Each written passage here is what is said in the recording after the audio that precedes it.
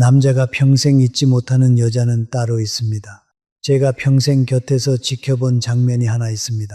그 장면을 떠올릴 때마다 저는 지금도 가슴이 먹먹해집니다. 오늘 그 이야기를 여러분과 나누고 싶습니다. 저는 올해로 105살이 되었습니다. 한 세기가 넘는 세월을 살아오면서 저는 수많은 사람들의 삶을 곁에서 지켜보았습니다.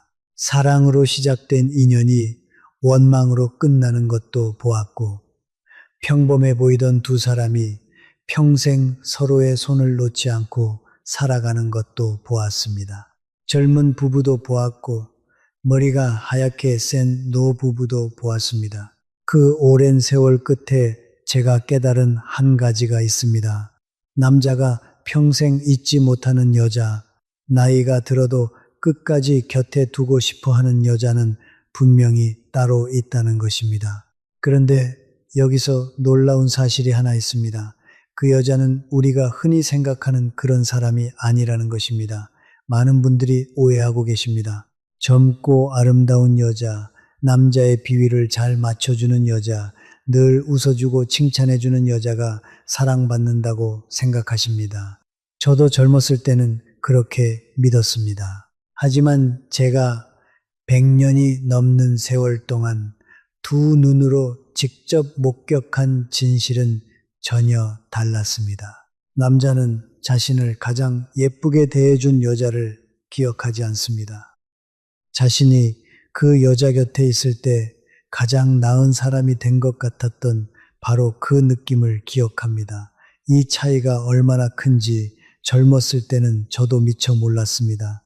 화려한 사람 곁에서는 마음이 점점 작아졌고, 조용한 사람 곁에서는 제 자신이 선명해지는 느낌을 받았습니다. 그 느낌의 정체를 깨닫는 데에 저는 거의 한평생이 걸렸습니다. 지금 이 이야기를 듣고 계신 분이 40이시든 50이시든 혹은 이미 이른의 고개를 넘으셨든 상관없습니다. 오늘 제가 드릴 이야기는 젊음에 관한 이야기가 아니기 때문입니다. 이것은 품격에 관한 이야기입니다. 세월이 지나도 빛을 잃지 않는, 오히려 나이가 쌓일수록 더 깊어지는 한 사람의 내면에 관한 이야기입니다. 그래서 저는 이 이야기를 우리 모두의 이야기라고 부르고 싶습니다. 흥미로운 연구가 하나 있습니다. 미국 하버드 의과대학에서 무려 84년 동안 같은 사람들의 삶을 추적한 연구입니다. 724명의 인생을 평생에 걸쳐 따라가며 관찰한 세상에서 가장 오래된 행복 연구입니다. 이 연구가 마지막에 내린 결론이 무엇이었는지 아십니까? 돈도 명예도 젊음도 아니었습니다. 한 사람을 끝까지 행복하게 만든 것은 따뜻하고 깊은 인간관계 단 하나였습니다. 제가 105해를 살며 몸으로 깨달은 것과 똑같았습니다. 오늘 저는 여러분께 5가지를 말씀드리려 합니다. 남자가 평생 잊지 못하고 사랑하는 여자들이 공통적으로 지니고 있던 결정적인 특징, 그 5가지입니다. 그런데 미리 한 가지만 말씀드리겠습니다. 이것은 타고나는 것이 아닙니다. 꾸며내거나 연기해서 얻을 수 있는 것도 아닙니다. 오직 자기 자신을 깊이 이해하고 삶을 진지하게 살아온 사람만이 자연스럽게 갖추게 되는 것들입니다. 그래서 더 귀합니다. 그래서 우리 같은 사람에게 더 희망이 됩니다. 이 5가지를 들으시면서 스스로에게 가만히 물어보시기 바랍니다. 나는 지금 어떤 사람인가? 나는 지금 어떤 방향을 향해 걸어가고 있는가? 그 질문이 바로 오늘 이야기의 진짜 시작입니다. 지금부터 자세히 설명드리겠습니다. 70분, 길다면 긴 시간이지만 이 시간이 끝날 무렵 여러분은 자기 자신을 전혀 다른 눈으로 바라보게 되실 겁니다. 제가 약속드립니다. 자, 그러면 한 가지 미리 말씀드리고 싶은 것이 있습니다. 오늘 이 이야기는 어느 한 사람만을 위한 것이 아닙니다. 비록 남자가 사랑하는 여자라는 이름을 붙였지만 사실 이것은 우리 모두의 이야기입니다. 평생을 함께한 짝이 곁에 있는 분께도, 먼저 떠나보내고 홀로 계신 분께도, 또 이제 막 인생의 새로운 장을 여는 분께도 똑같이 해당되는 이야기입니다. 왜냐하면 오늘 제가 드릴 5가지는 누군가의 사랑을 붙잡는 기술이 아니라 우리 자신을 더 깊은 사람으로 만드는 길이기 때문입니다. 그 길 위에 서면 사랑은 애써 구하지 않아도 자연히 따라옵니다. 저는 이 나이가 되어서야 비로소 깨달은 것이 있습니다. 우리가 평생 바깥에서 찾아 헤매던 사랑이 사실은 우리 안에서 먼저 시작된다는 사실입니다. 자기 자신을 귀히 여기지 못하는 사람은 누가 아무리 사랑을 쏟아부어도 그 사랑을 마음에 담아두지 못합니다. 마치 밑 빠진 독에 물을 붓는 것과 같습니다. 반대로 자기 안에 단단한 중심이 있는 사람은 작은 사랑도 깊이 받아들이고 또 넉넉히 되돌려줍니다. 그래서 저는 오늘 여러분께 어떻게 사랑받을 것인가가 아니라 어떻게 우리 자신이 될 것인가를 말씀드리려 합니다. 이 5가지를 들으시며 부디 스스로에게 가만히 물어봐 주십시오. 나는 지금 어떤 사람으로 살아가고 있는가? 나는 지금 어느 쪽을 향해 걸어가고 있는가? 그 물음이 오늘 이야기의 진짜 출발점입니다. 자, 그러면 우리 함께 첫 번째 고개를 천천히 넘어가 봅시다. 첫 번째 이야기를 시작하겠습니다. 남자가 평생 잊지 못하는 여자는 말을 잘하는 여자가 아닙니다. 말을 잘 들어주는 여자입니다. 의외이시죠? 많은 분들이 정반대로 알고 계십니다. 더 재미있는 이야기를 해야 하고, 더 똑똑하게 보여야 하고, 더 많은 것을 알고 있어야 사랑받는다고 생각하십니다. 하지만 제가 100년 넘게 지켜본 진실은 그 반대였습니다. 제가 오랫동안 강단에 서면서 수많은 사람을 만났습니다. 그 중에는 말솜씨가 뛰어난 사람도 있었고 논리가 날카로운 사람도 있었습니다. 그런데 사람들이 진심으로 곁에 두고 싶어 했던 사람은 언제나 따로 있었습니다. 화려하게 말하는 사람이 아니라 조용히 끝까지 들어주는 사람이었습니다. 강의실 안에서도 그랬고 사랑하는 사이에서도 똑같았습니다.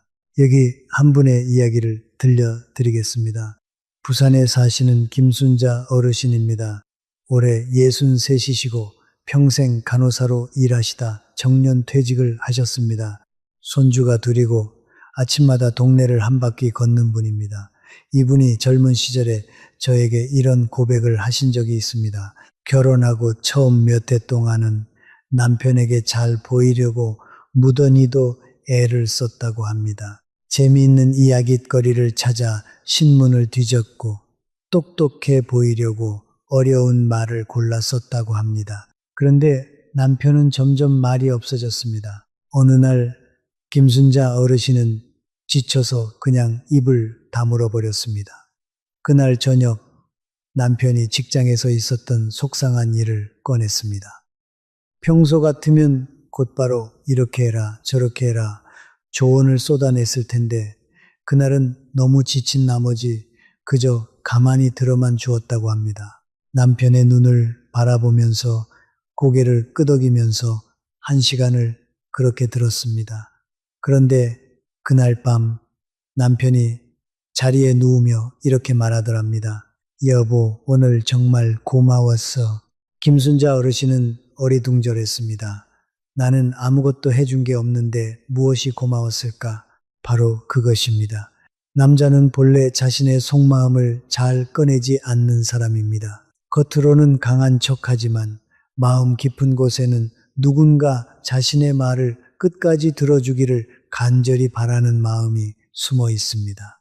실패한 이야기, 두려운 이야기, 부끄러운 이야기를 꺼냈을 때 판단하지 않고 가르치려 들지 않고 그저 온전히 그 자리에 함께 있어주는 사람, 남자는 그런 사람을 절대 잊지 못합니다. 우리 어머니 세대가 말없이 아버지의 술잔 곁을 지켰던 그 모습을 저는 이제야 깊이 이해합니다. 여기서 우리가 꼭 짚어야 할 것이 있습니다. 진정한 경청은 해답을 주는 일이 아닙니다. 그 사람이 스스로 해답을 찾을 수 있도록 곁에 빈자리를 만들어주는 일입니다. 연세대 세브란스 병원 정신건강의학과에서 발표한 한 자료에 따르면 마음이 힘든 사람에게 가장 큰 위로가 된 것은 조언이 아니었다고 합니다.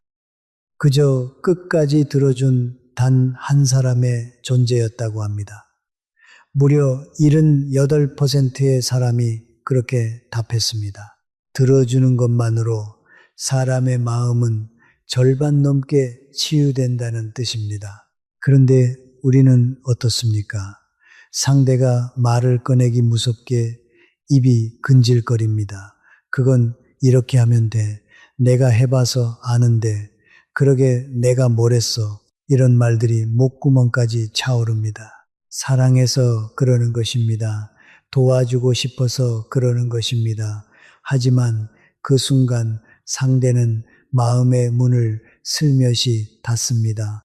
들어주는 대신 가르치려던 그 순간 위로가 될 뻔했던 대화가 잔소리로 변해버립니다. 저도 젊은 시절에 이 실수를 수없이 했습니다. 솔직히 말씀드리면 제 가장 큰 후회 중 하나입니다. 그렇다면 어떻게 들어야 할까요? 어렵지 않습니다. 우리 모두 오늘부터 할 수 있습니다. 상대가 말을 꺼내거든 손에 든 것을 내려놓으십시오. 텔레비전 소리를 줄이고 그 사람의 눈을 바라보십시오. 그리고 입을 닫으십시오. 고치려 하지 말고 가르치려 하지 말고 그냥 끝까지 들으십시오. 말이 끝난 뒤에도 곧장 입을 열지 마십시오. 짧은 침묵, 그 고요한 몇 초가 어떤 말보다 깊은 위로가 됩니다. 그 침묵 속에서 상대는 비로소 혼자가 아니라는 것을 느낍니다.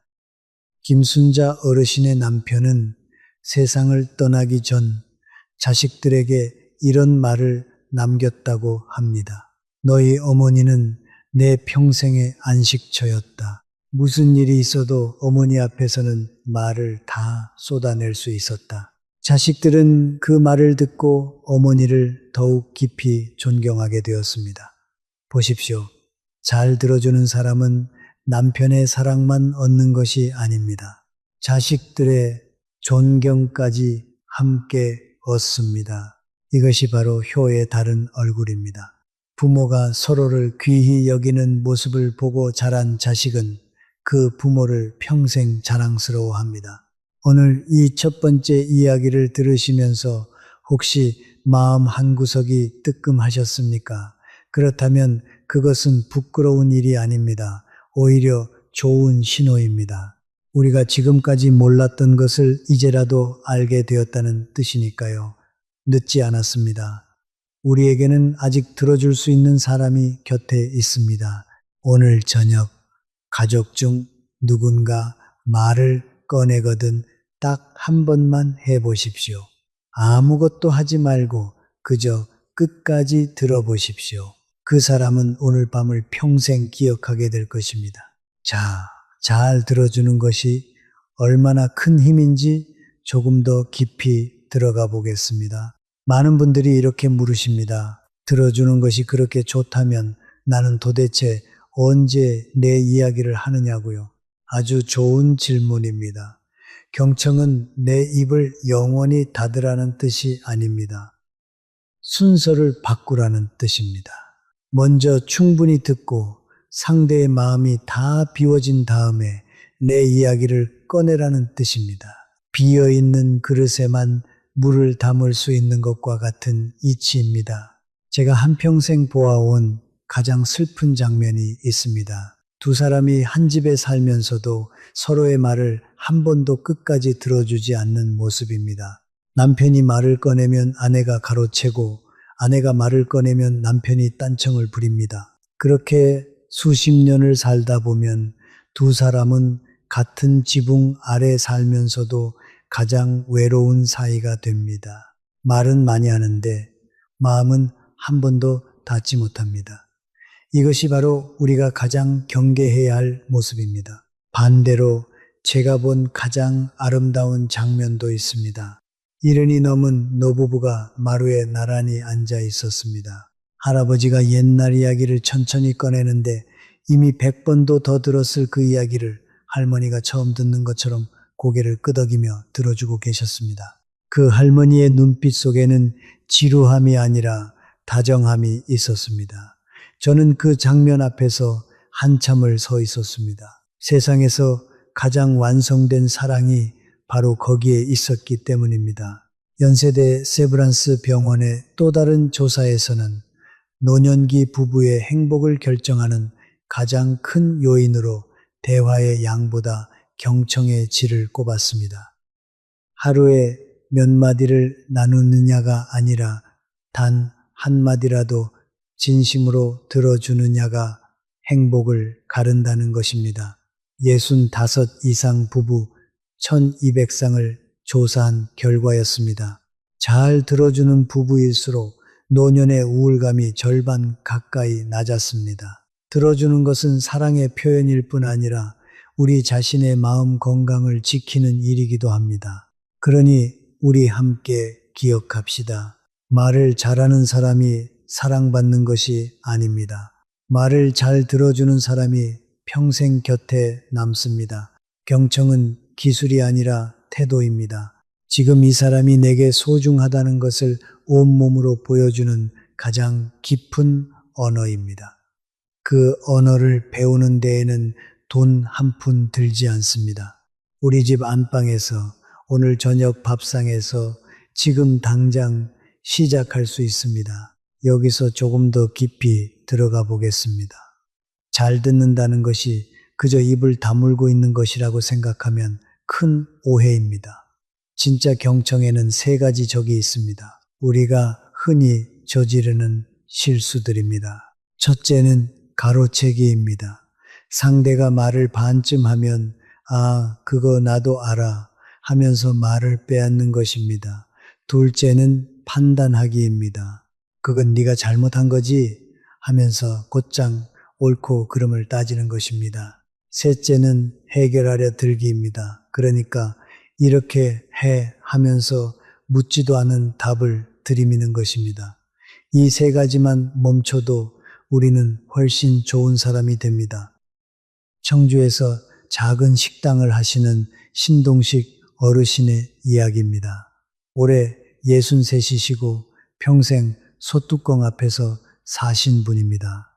한때 부부 사이가 크게 흔들렸다고 합니다. 아내가 무슨 말을 꺼내면 이 양반은 늘 결론부터 내렸습니다. 그래서 어쩌라고 그 한마디에 아내는 입을 닫았습니다. 그렇게 몇 년이 지나자 두 사람은 한 집에 살면서도 남남처럼 되었습니다. 식당은 잘 되는데 집안은 얼음장 같았습니다. 그러던 어느 날 아내가 몸이 크게 아팠습니다. 병상에 누운 아내를 보며 신동식 어르신은 처음으로 깨달았다고 합니다. 내가 평생 이 사람 말을 한 번도 끝까지 들은 적이 없구나. 그날부터 어르신은 달라졌습니다. 아내가 말을 꺼내면 소뚜껑을 내려놓고 의자에 앉았습니다. 그리고 그저 들었습니다. 처음에는 입이 근질거려 혼이 났다고 합니다. 하지만 꾹 참고 들었습니다. 한 달이 지나자 아내의 얼굴에 다시 웃음이 돌아왔습니다. 신동식 어르신이 제게 이런 말을 했습니다. 평생 음식으로 사람을 먹였는데 정작 아내 마음은 한 번도 못 채워줬더라고요. 들어주는 게 밥 한 끼보다 더 큰 보약이었습니다. 저는 이 말을 잊을 수가 없습니다. 우리가 사랑하는 사람에게 줄 수 있는 가장 따뜻한 밥상은 어쩌면 잘 차린 음식이 아니라 끝까지 들어주는 마음일지 모릅니다. 그리고 그 밥상에는 돈 한 푼 들지 않습니다. 여기서 우리 세대가 특히 마음에 새겨야 할 것이 있습니다. 우리는 자식들의 말을 잘 듣고 있을까요? 솔직히 돌아봅시다. 자식이 무슨 말을 꺼내면 우리는 곧장 걱정부터 합니다. 그러다 큰일 난다. 내가 다 해봐서 안다. 부모 말 들어라. 사랑해서 하는 말입니다. 하지만 그 말에 자식은 입을 닫습니다. 그리고 점점 전화가 뜸해집니다. 자식이 멀어지는 것은 우리를 미워해서가 아닙니다.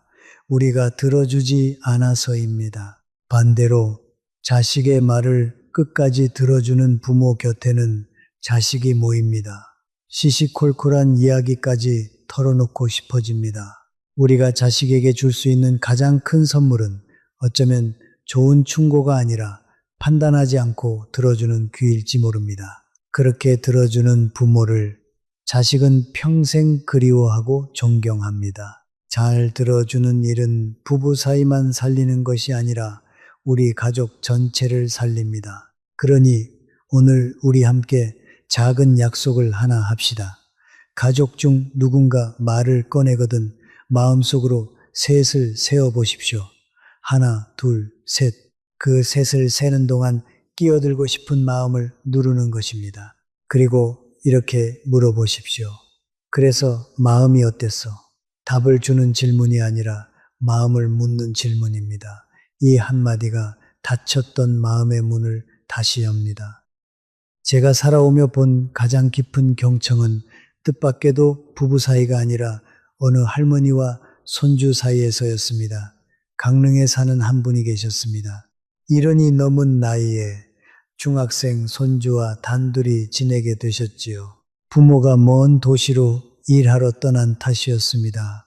그 또래 아이가 다 그렇듯 손주는 좀처럼 입을 열지 않았습니다. 학교는 어땠냐고 물으면 그저 한마디뿐이었습니다. 다른 어른 같으면 답답해서 잔소리부터 했을 겁니다. 그런데 그분은 달랐습니다. 아무것도 캐묻지 않고 그저 저녁마다 손주가 좋아하는 반찬을 말없이 식탁에 올렸습니다. 그리고 곁에 앉아 함께 텔레비전을 보았습니다.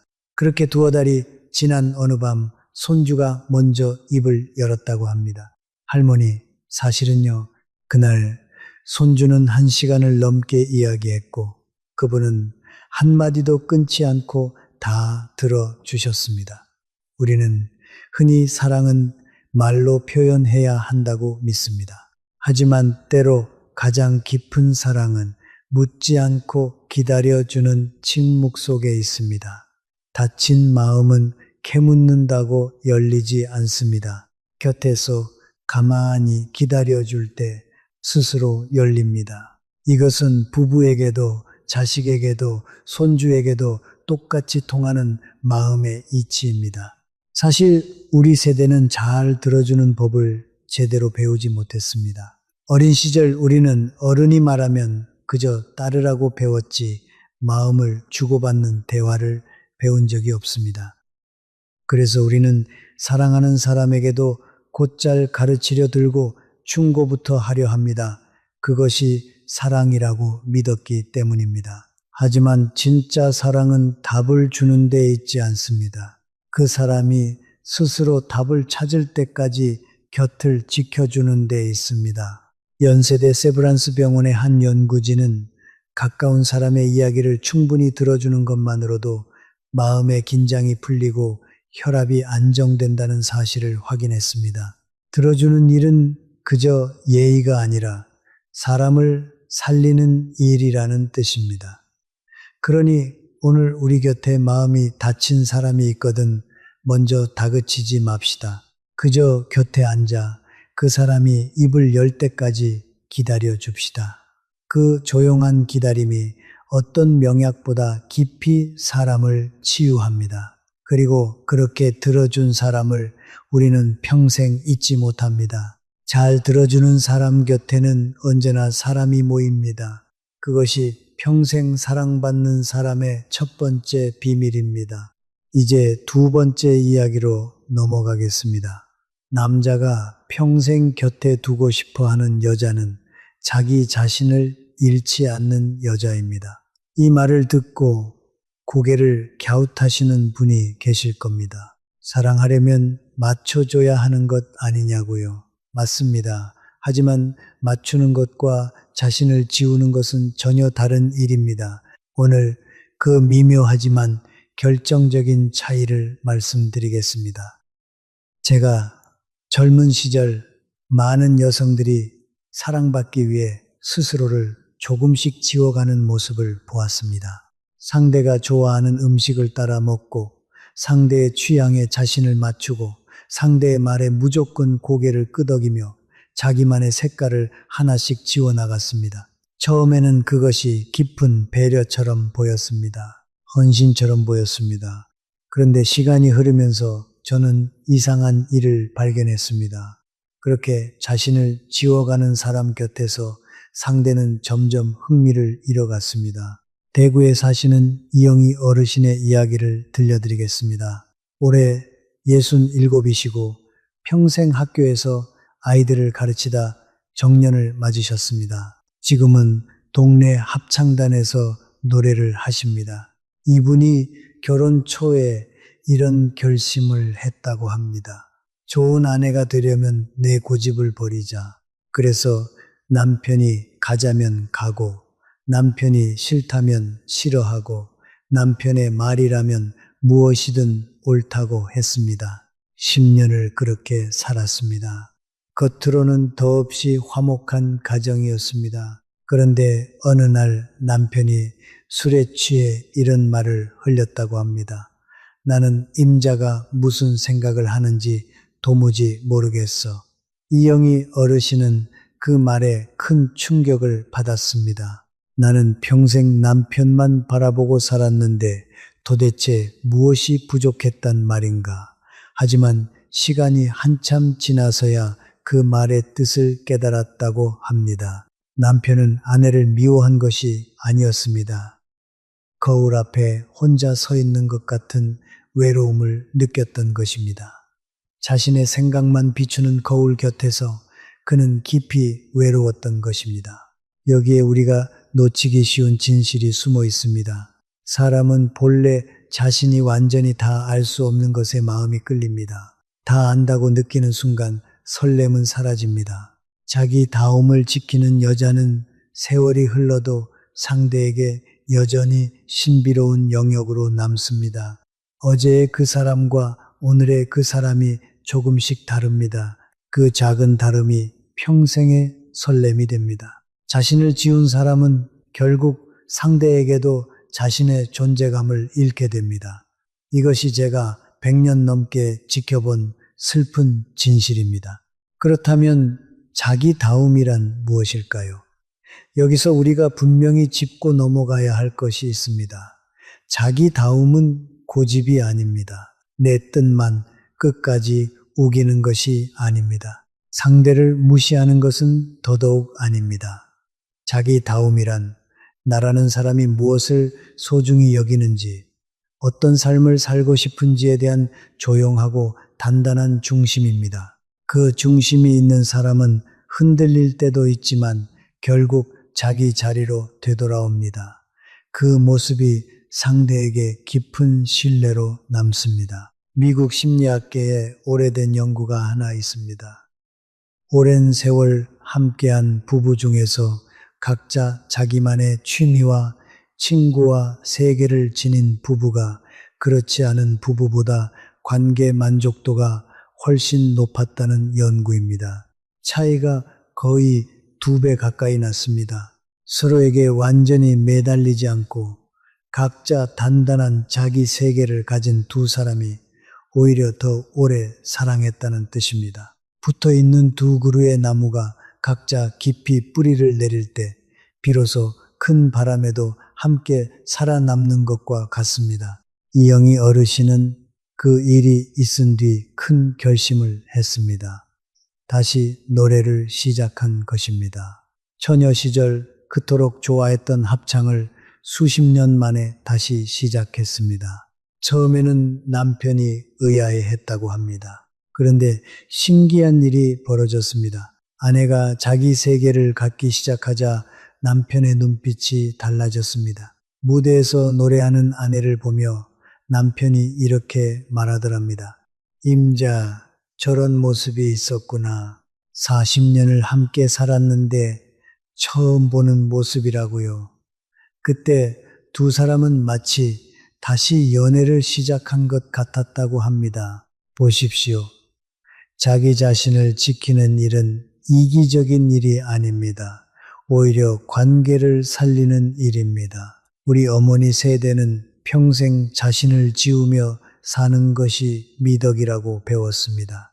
자식을 위해, 남편을 위해, 가족을 위해 자기 자신은 늘 맨 뒤로 미뤘습니다. 그 희생을 저는 깊이 존경합니다.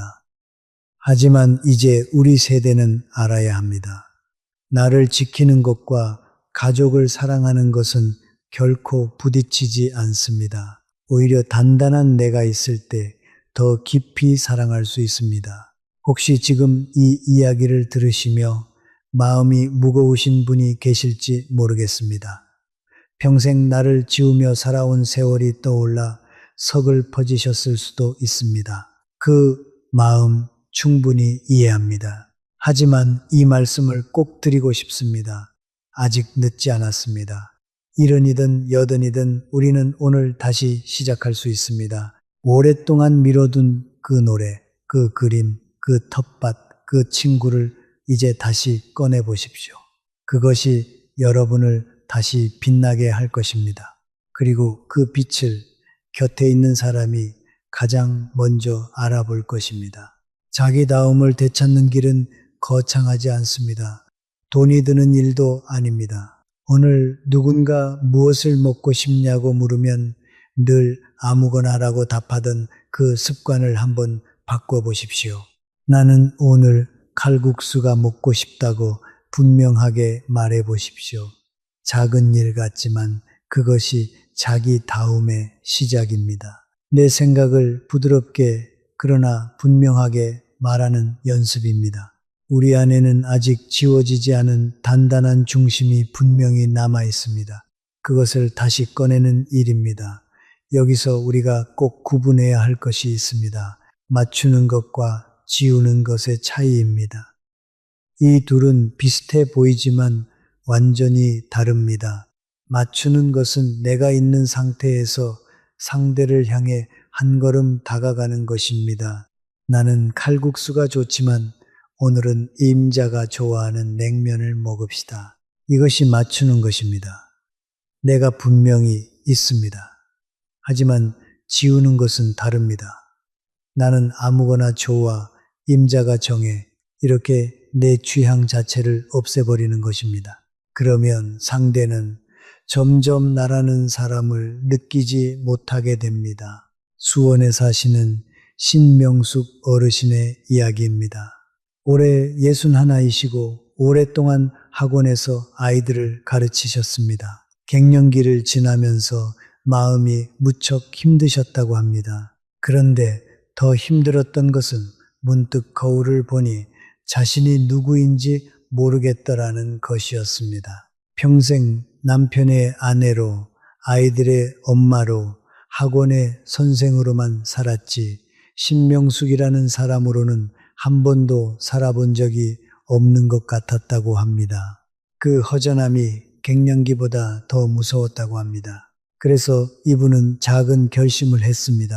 일주일에 한 번 오롯이 자신만을 위한 시간을 갖기로 한 것입니다. 처음에는 그 시간에 무엇을 해야 할지조차 몰랐다고 합니다. 그만큼 자신을 잊고 살았던 것입니다. 이것저것 해보다가 결국 그림을 그리기 시작했습니다. 솜씨는 없었지만 붓을 잡는 순간만큼은 온전히 자기 자신이 되는 느낌이었다고 합니다. 그렇게 1년이 지났습니다. 그런데 신기한 일이 벌어졌습니다. 아내가 자기 세계를 갖기 시작하자 무뚝뚝하던 남편이 먼저 말을 걸기 시작했습니다. 오늘은 무슨 그림 그렸어? 그렇게 두 사람 사이에 다시 대화가 생겼습니다. 신명숙 어르신이 제게 말했습니다. 나를 찾으니까 신기하게 남편도 다시 나를 찾더라고요. 보십시오. 나를 지키는 일은 관계를 멀어지게 하는 것이 아닙니다. 오히려 식어가던 관계에 새로운 이야깃거리를 만들어줍니다. 미국 미시간 대학교의 한 연구에서도 비슷한 결과가 나왔습니다. 결혼한 부부 중에서 각자 자기만의 취미와 친구를 지닌 부부가 모든 것을 함께만 하려는 부부보다 권태기를 훨씬 덜 겪었다고 합니다. 차이가 거의 2배 가까이 났습니다. 늘 붙어 있어야 사랑이 깊어진다는 것은 오해입니다. 각자 단단한 자기 세계가 있을 때 다시 만나는 순간이 더 반가워지는 법입니다. 우리 세대에게 이 말씀이 특히 중요합니다. 우리는 평생 누군가의 무엇으로만 살았습니다. 누구의 아내, 누구의 엄마, 누구의 며느리, 그 이름들 뒤에 가려진 나 자신의 이름은 어느새 희미해졌습니다. 이제 자식들도 다 컸습니다. 이제는 우리 자신의 이름을 다시 불러줄 때입니다. 그것은 이기적인 일이 아닙니다. 평생 미뤄둔 나에게 이제야 보내는 정당한 인사입니다. 자식들도 그런 어머니를 더 자랑스러워 합니다. 텃밭을 가꾸는 어머니, 노래를 부르는 어머니, 그림을 그리는 어머니, 자식들은 그런 부모의 모습을 보며 우리 엄마가 저렇게 멋진 사람이었구나 하고 새삼 존경하게 됩니다. 또래 친구들 앞에서도 당당해집니다. 그저 나이 들어가는 사람이 아니라 자기만의 세계를 가진 사람으로 보이기 때문입니다. 그것이 진짜 체면이고 진짜 품격입니다. 그러니 오늘 우리 함께 작은 것부터 시작합시다.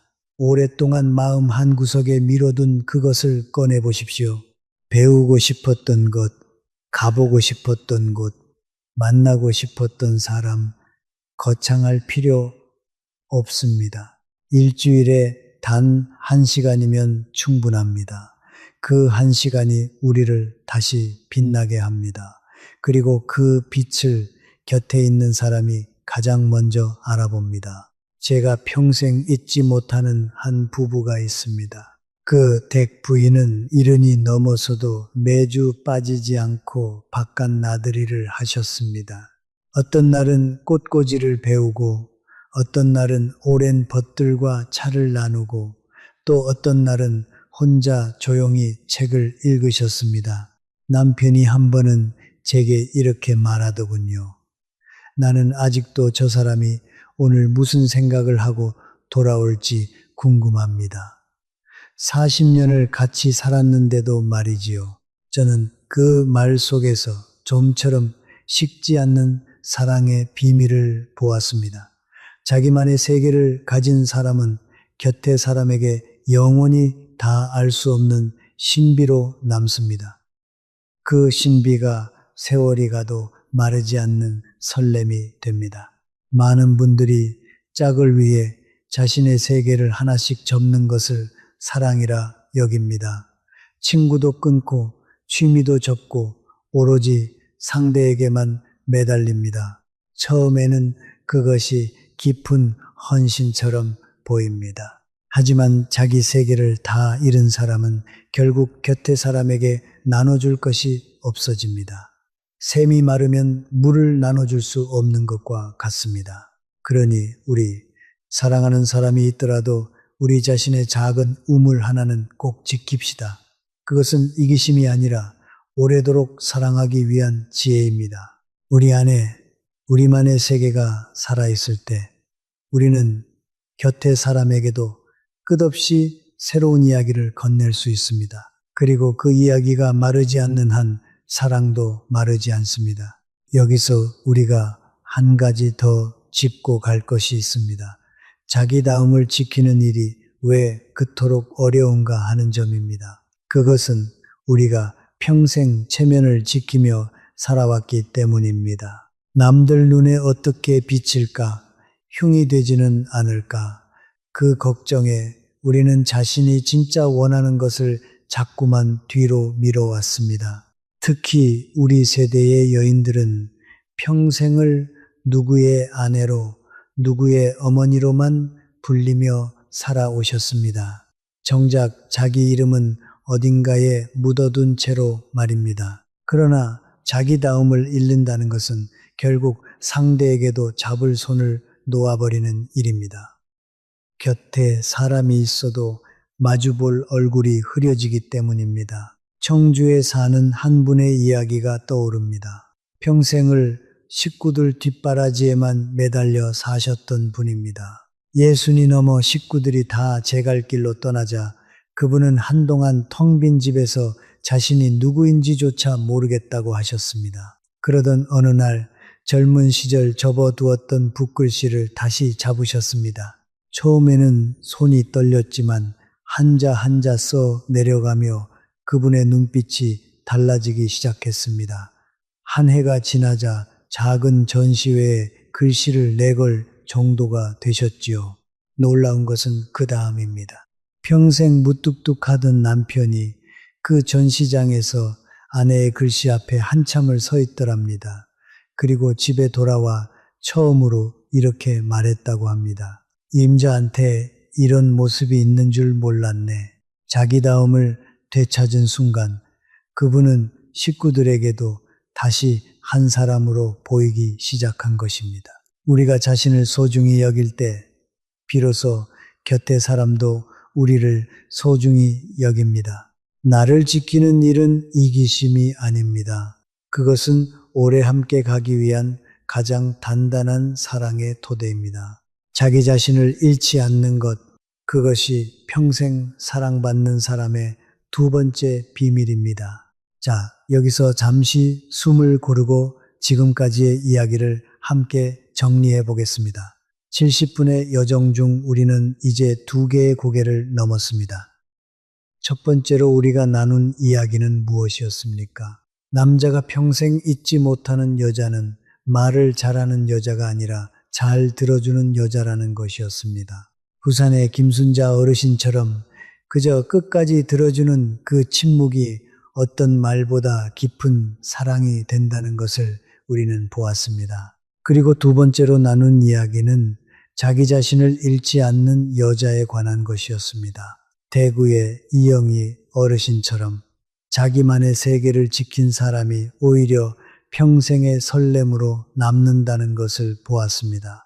흥미롭지 않습니까? 이 두 가지가 언뜻 보면 서로 반대처럼 느껴집니다. 하나는 상대에게 귀를 기울이라 하고 다른 하나는 나를 지키라 하니까요. 하지만 이 둘은 결코 부딪히지 않습니다. 깊이 들어주되 나를 잃지 않는 것, 그것이 진짜 성숙한 사랑입니다. 이제 우리 앞에는 3개의 고개가 더 남아 있습니다. 세 번째는 작은 것에도 감사할 줄 아는 마음입니다. 이것이 왜 그토록 강력한 힘을 지니는지 곧 놀라운 이야기로 풀어드리겠습니다. 네 번째는 쉽게 흔들리지 않는 마음의 안정감입니다. 다섯 번째는 나이가 들어도 멈추지 않는 성장입니다. 이 3가지를 다 듣고 나면 여러분은 이 5가지가 사실은 하나로 이어져 있다는 것을 깨닫게 되실 겁니다. 그 깨달음을 위해 우리 함께 조금만 더 가봅시다.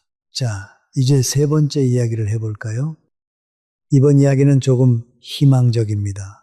남자가 평생 사랑하는 여자는 감사할 줄 아는 여자입니다. 이 말을 처음 들으면 너무 단순하게 들립니다. 감사가 무슨 대단한 것이냐 하실 수도 있습니다. 하지만 제가 105해를 살며 깨달은 것은 진심으로 감사할 줄 아는 사람이 생각보다 무척 드물다는 사실입니다. 그리고 그 드문 사람 곁에 있으면 남자는 자신도 모르게 더 나은 사람이 되고 싶어집니다. 왜 그럴까요? 사람은 누구나 인정받고 싶어 하는 존재이기 때문입니다. 아무리 강해 보이는 남자도, 아무리 성공한 남자도 자신의 작은 수고가 보이지 않는다고 느낄 때 마음이 멀어집니다. 그런데 작은 것에도 진심으로 고마워할 줄 아는 사람 곁에 있으면 남자는 자신이 가치 있는 존재라고 느낍니다. 힘들게 일하고 돌아왔을 때 건네는 따뜻한 말 한마디, 사소한 배려를 그냥 지나치지 않는 눈빛, 당연한 것을 당연하게 여기지 않는 태도, 그것들이 쌓여 사람의 마음 깊은 곳에 뿌리를 내립니다. 수원에 사시는 윤재호 어르신의 이야기를 들려드리겠습니다. 올해 77이시고 평생 은행에서 일하다 은행장까지 지내신 분입니다. 몇 해 전 심장 수술을 받으셨습니다. 이분을 만났을 때 부인 이야기가 나오자 눈빛이 단번에 달라지셨습니다. 제가 물었습니다. 부인의 어떤 점이 그렇게 특별하십니까? 어르신은 한참을 생각하다 이렇게 답하셨습니다. 아내는 내가 해준 것들을 절대 잊지 않습니다. 10년이 지난 일도 기억하고 지금도 고맙다고 합니다. 그 말을 들을 때마다 내가 살아있다는 것을 느낍니다. 저는 그 말을 듣고 한동안 아무 말도 할 수 없었습니다. 내가 살아있다는 것을 느낀다. 얼마나 깊은 말입니까? 감사는 단순한 예의가 아닙니다. 감사는 상대의 존재를 인정하는 행위입니다. 그 사람이 내 삶에 있다는 것이 결코 당연한 일이 아니라는 것을 온몸으로 표현하는 방식입니다. 우리가 매일 받는 햇빛에 감사하지 않듯 늘 곁에 있는 사람에게는 감사를 잊기 쉽습니다. 하지만 바로 그 곁에 있는 사람에게 건네는 감사가 가장 큰 사랑이 됩니다. 서울대학교 병원 정신건강의학과에서 발표한 흥미로운 자료가 있습니다. 매일 감사한 일 3가지를 떠올린 사람들이 그렇지 않은 사람들보다 우울감이 크게 낮았다는 것입니다. 무려 81%가 삶의 만족도가 높아졌다고 답했습니다. 놀라운 것은 감사를 받은 사람뿐 아니라 감사를 표현한 사람 자신이 더 행복해졌다는 사실입니다. 감사는 주는 사람과 받는 사람을 동시에 살립니다. 이보다 더 남는 장사가 어디 있겠습니까? 돈 한 푼 들지 않는데 말입니다. 그런데 우리는 어떻습니까? 나이가 들수록 감사보다 불평이 앞섭니다. 자식이 전화를 안 한다고 서운해하고 남편이 무뚝뚝하다고 한숨을 쉽니다. 그 마음 저도 압니다. 평생 고생한 우리에게는 그럴 자격이 충분히 있습니다. 하지만 한번 생각해 보십시오. 불평은 우리 곁의 사람을 점점 멀어지게 합니다. 반대로 감사는 사람을 끌어당깁니다. 자식이 전화를 안 한 것을 탓하기보다 어쩌다건 전화 한 통에 진심으로 고마워해 보십시오. 그 자식은 다음 날 또 전화를 걸고 싶어질 것입니다. 윤재호 어르신의 부인은 자식들에게도 늘 같은 모습이었다고 합니다. 며느리가 김치 한 포기를 담가와도 몇 번이고 고맙다고 했고 사위가 운전을 해줘도 두고두고 그 이야기를 꺼냈습니다. 그러자 자식들이 어떻게 되었는지 아십니까? 서로 더 잘하려고 했습니다. 어머니께 고맙다는 말을 듣는 것이 좋아서 자식들이 앞다투어 효도를 했습니다. 보십시오. 감사할 줄 아는 어머니는 자식의 효도까지 끌어냅니다. 잔소리로는 결코 얻을 수 없는 것을 감사 한마디로 얻는 것입니다. 그러니 우리 오늘부터 함께 연습해 봅시다. 어렵지 않습니다. 잠들기 전 오늘 하루 고마웠던 일 한 가지만 떠올려 보십시오. 그리고 그 고마움을 마음에만 두지 말고 곁에 있는 사람에게 말로 전해 보십시오. 여보, 오늘 장 봐와줘서 고마웠어요. 이 한마디면 충분합니다. 처음에는 어색할 것입니다. 평생 안 해본 말이니까요. 하지만 이 작은 말 한마디가 식어가던 관계에 다시 온기를 불어넣습니다. 그런데 여기서 한 가지 의문이 생기실 겁니다. 좋은 일이 있을 때 감사하는 거야 누구나 할 수 있지 않냐고요. 맞습니다. 하지만 진짜 감사는 좋은 일이 없을 때에도 빛납니다. 대전에 사시는 정현숙 어르신의 이야기를 들려드리겠습니다. 올해 74이시고 평생 공직에서 일하다 정년을 맞으셨습니다. 몇 해 전 남편을 먼저 떠나보내고 지금은 혼자 지내십니다. 누가 봐도 외롭고 쓸쓸할 형편입니다. 그런데 이분을 만나면 이상하게 마음이 환해집니다. 늘 무언가에 고마워하시기 때문입니다. 아침에 눈을 뜬 것에 고마워하고 창밖의 햇살에 고마워하고 안부를 묻는 이웃의 전화 한 통에 고마워하십니다. 제가 물었습니다. 혼자 계시면 외롭고 서러우실 텐데 어떻게 늘 그렇게 고마워하십니까? 그러자 이분이 조용히 웃으며 말했습니다. 서러운 것만 세면 끝이 없어요. 고마운 것을 세기 시작하니까 하루가 견딜만해지더라고요. 저는 그 말에 가슴이 뭉클했습니다. 고마운 것을 세기 시작하니 하루가 견딜만해진다. 이것이 바로 감사의 힘입니다. 감사는 형편이 좋아서 하는 것이 아닙니다. 감사하기로 마음먹었기 때문에 형편이 견딜만해지는 것입니다. 정현숙 어르신은 외로운 분이 아니었습니다. 가장 단단한 분이었습니다.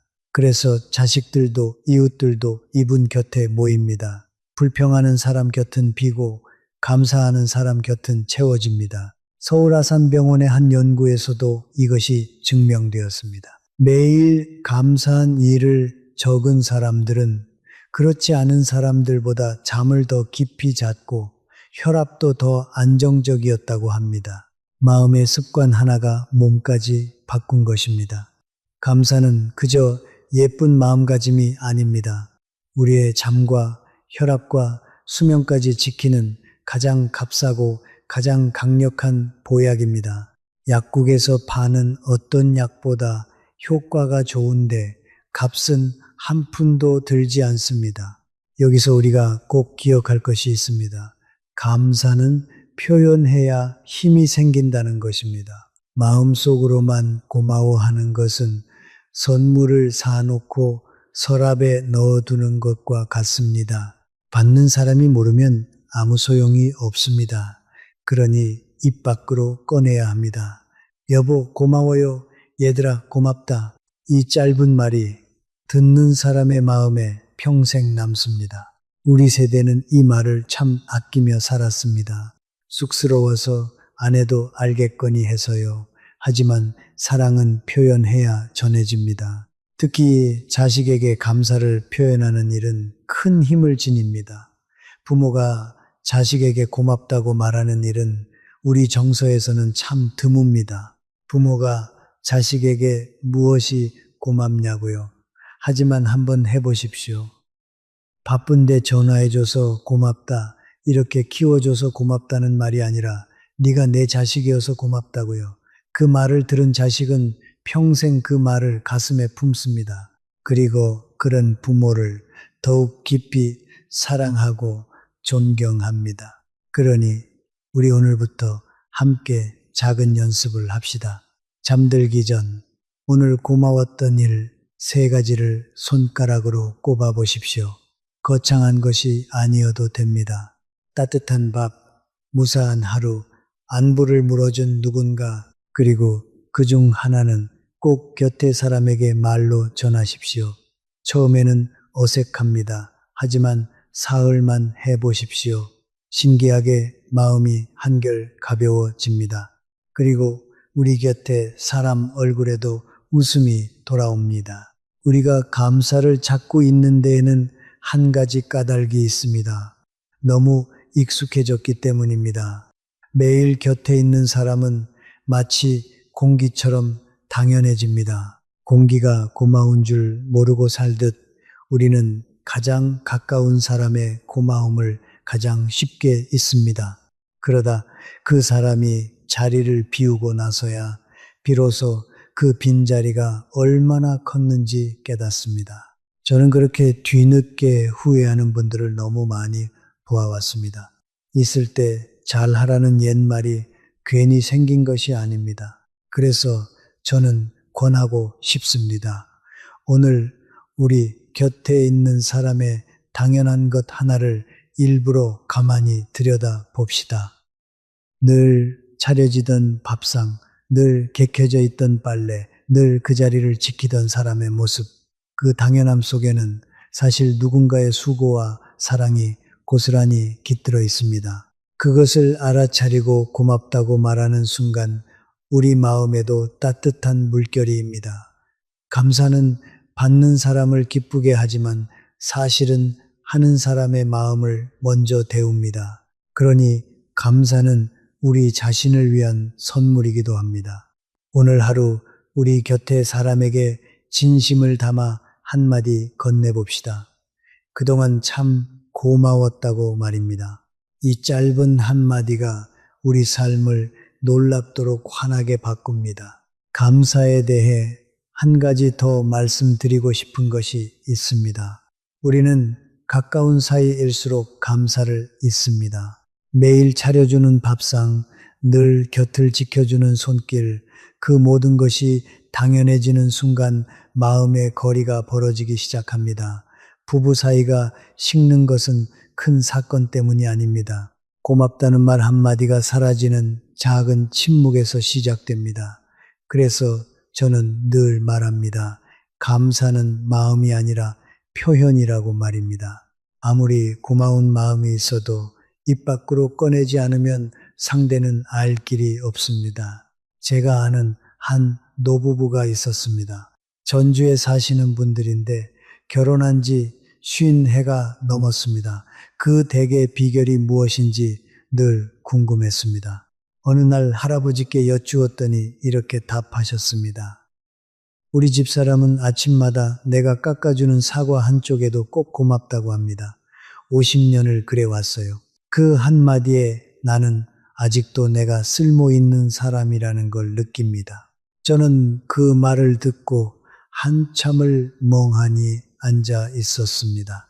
50해의 사랑이 사과 한쪽에 건네는 고맙다는 말 속에 담겨 있었던 것입니다. 서울대학교 병원의 한 연구에서도 매일 감사를 표현하는 사람일수록 마음이 안정되고 잠을 깊이 잔다는 결과가 나왔습니다. 감사는 받는 사람만 살리는 것이 아니라 하는 사람의 마음까지 따뜻하게 데웁니다. 오늘 우리 곁에 있는 사람에게 작은 것 하나라도 고맙다고 말해봅시다.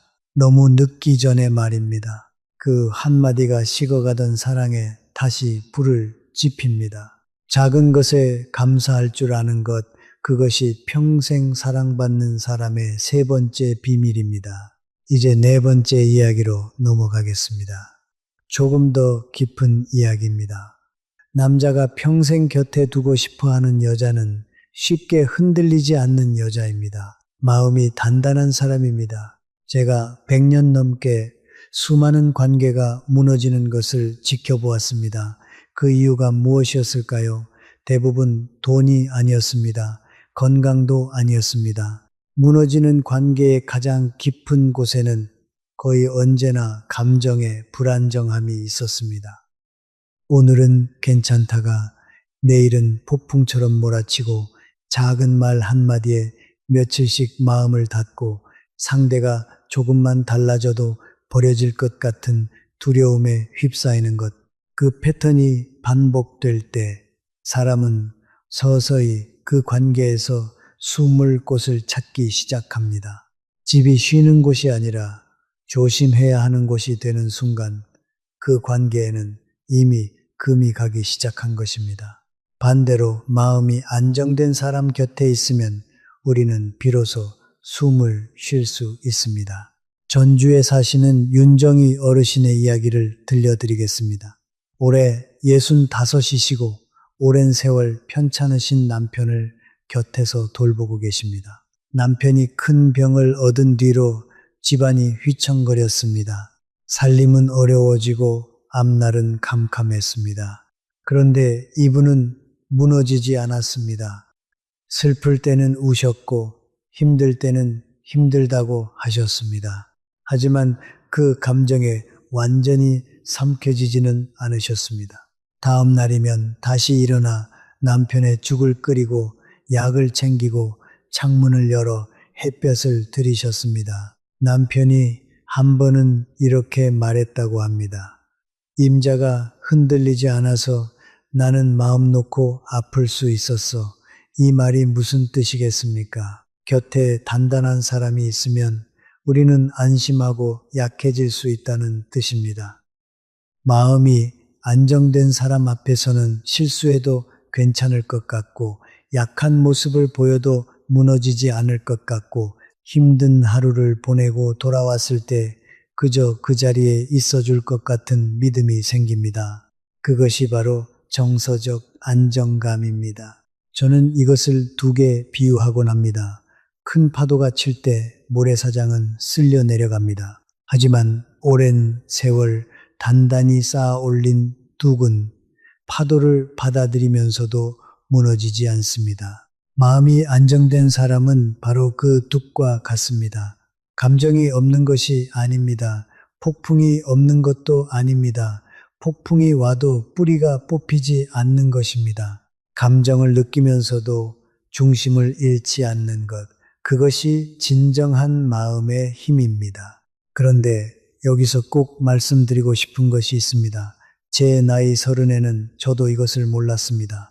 그 시절 저는 열정적이고 감정이 풍부한 사람에게 끌렸습니다.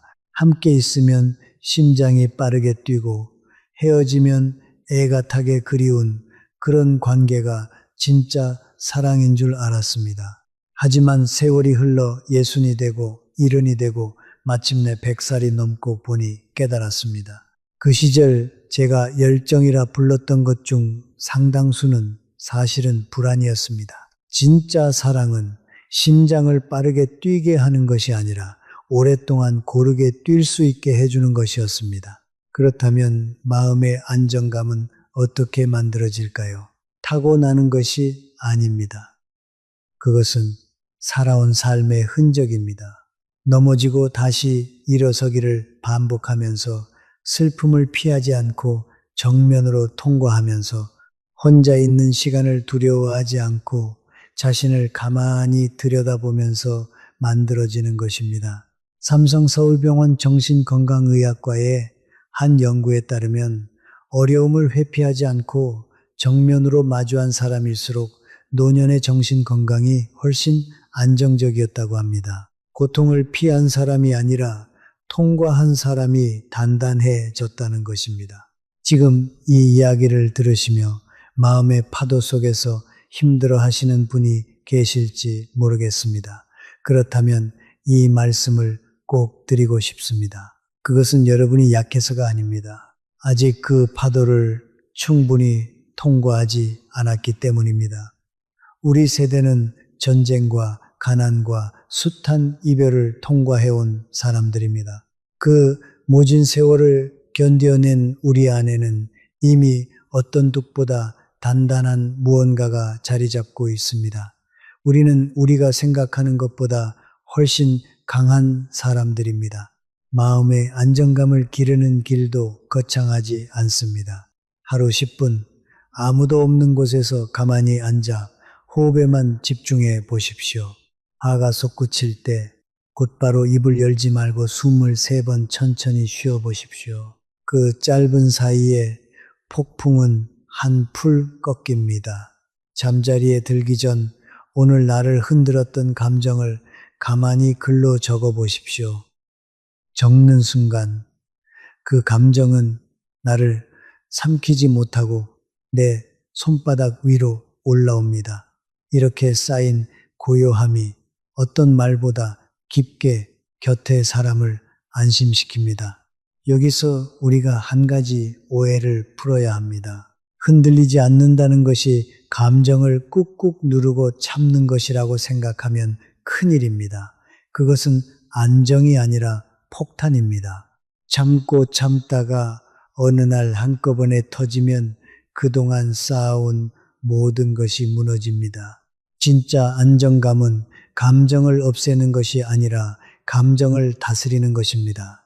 슬프면 슬프다고 말하되 그 슬픔에 온 집안을 잠기게 하지 않는 것입니다. 화가 나면 화를 내되 그 화로 사람을 베지 않는 것입니다. 청주에 사시는 장순옥 어르신의 이야기입니다. 올해 72이시고 평생 은행에서 일하다 정년을 맞으셨습니다. 고혈압을 10년 넘게 앓고 계십니다. 이분은 젊은 시절 감정의 기복이 무척 심한 분이었다고 합니다. 작은 일에도 불같이 화를 냈고 한 번 서운하면 며칠씩 말을 안 했습니다. 그럴 때마다 남편과 자식들은 살얼음판을 걷듯 눈치를 봐야 했습니다. 집이 쉬는 곳이 아니라 조심하는 곳이 된 것입니다. 그런데 환갑 무렵 큰 병을 한 번 앓고 나서 이분이 달라졌습니다. 죽음의 문턱까지 다녀오니 사소한 일에 화내던 자신이 부끄러웠다고 합니다. 그래서 한 가지 습관을 들였습니다. 화가 솟구칠 때 곧장 입을 열지 않고 숨을 5번 천천히 쉬는 것입니다. 그 짧은 사이에 화가 한풀 꺾인다는 것을 깨달았습니다. 처음에는 잘 안 됐습니다. 하지만 1년, 2년 지나면서 이분은 점점 단단한 사람이 되어 갔습니다. 그러자 집안 공기가 달라졌습니다. 남편이 먼저 다가왔고 자식들이 더 자주 찾아왔습니다. 어머니가 편안해지니 온 집안이 편안해진 것입니다. 장순옥 어르신이 제게 말했습니다. 내가 흔들리지 않으니까 식구들이 비로소 내 곁에서 쉬더라고요. 보십시오. 한 사람의 안정감은 그 한 사람만의 것이 아닙니다. 온 가족이 그 그늘 아래에서 함께 쉽니다. 어머니가 단단한 집은 무슨 일이 닥쳐도 쉬 무너지지 않습니다. 그렇다면 이 안정감은 어떻게 길러질까요? 타고나는 것이 아닙니다.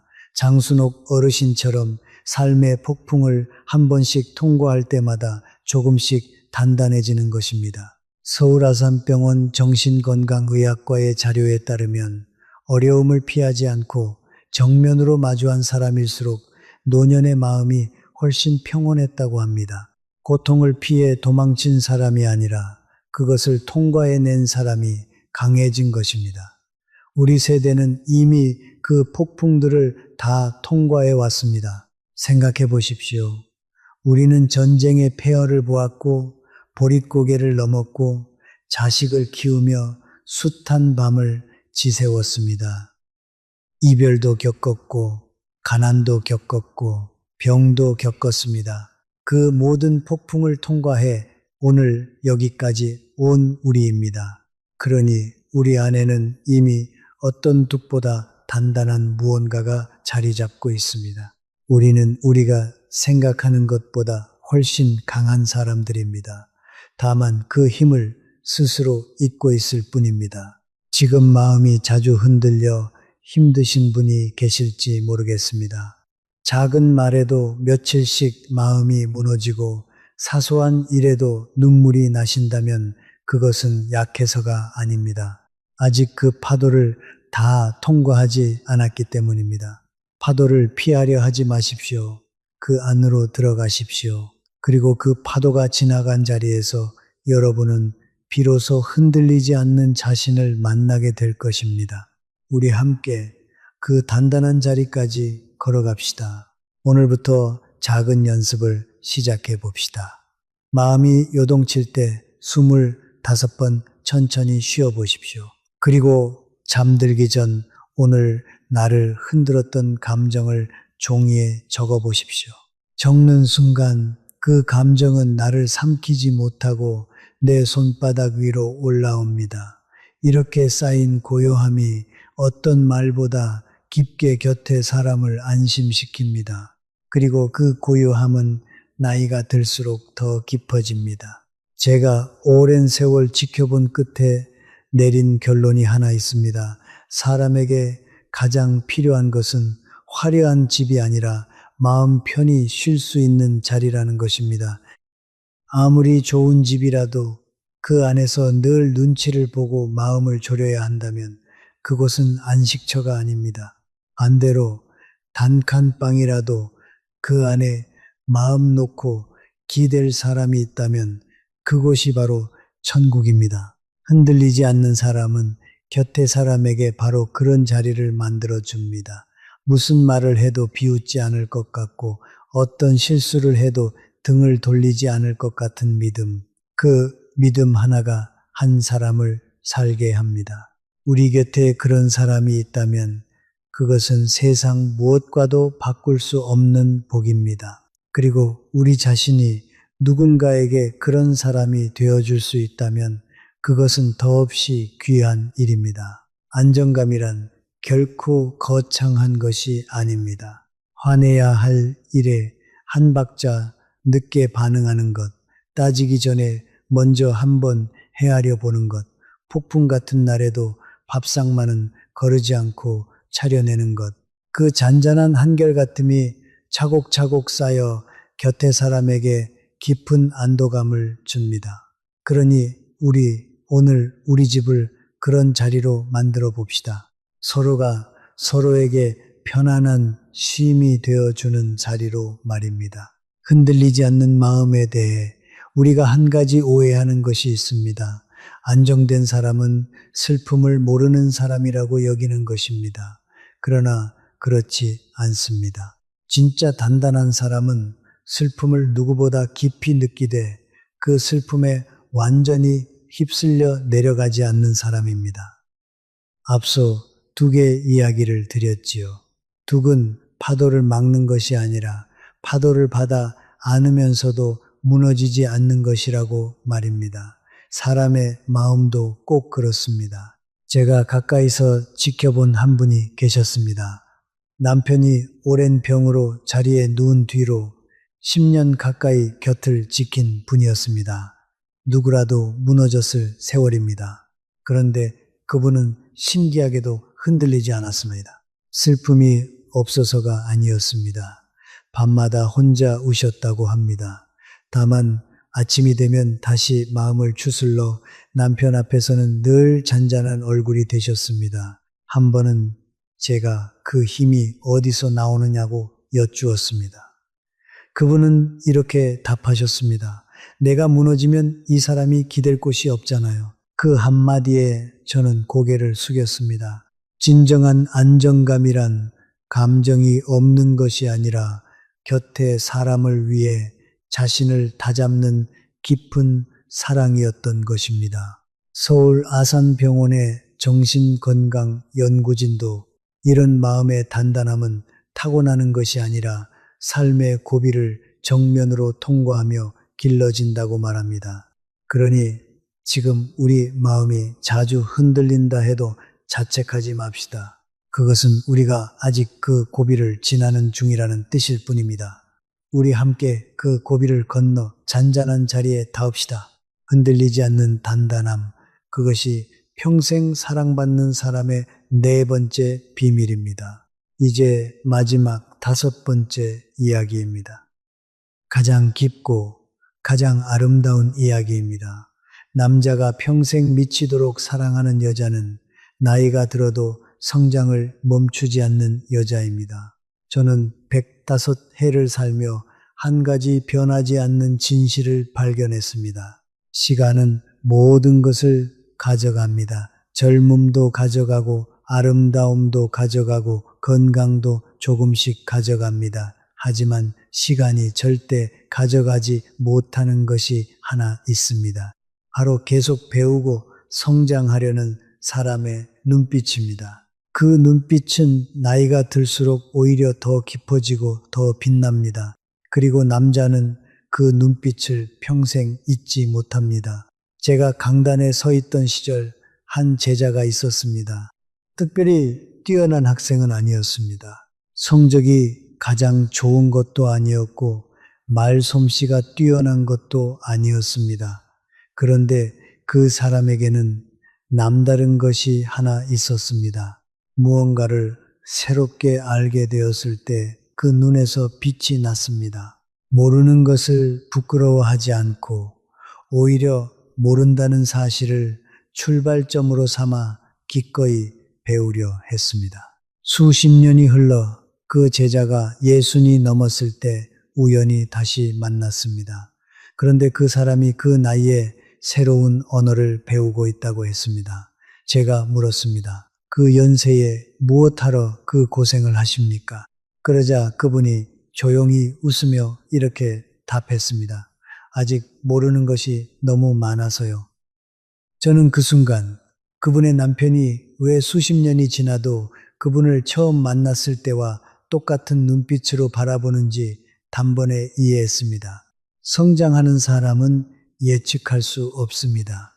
어제의 그 사람과 오늘의 그 사람이 조금씩 다릅니다. 새로운 책을 읽고 새로운 생각을 가져오고 새로운 것을 경험하고 새로운 질문을 던집니다. 남자는 그런 사람 곁에서 관계가 완전히 다 파악되었다는 느낌을 받지 않습니다. 아직도 이 사람에 대해 모르는 것이 있다는 설렘, 아직도 이 사람과 나눌 이야기가 남아있다는 기대감, 그것이 수십 년이 지나도 관계를 살아있게 만드는 힘입니다. 반대로 성장을 멈춘 사람 곁에서는 어떨까요?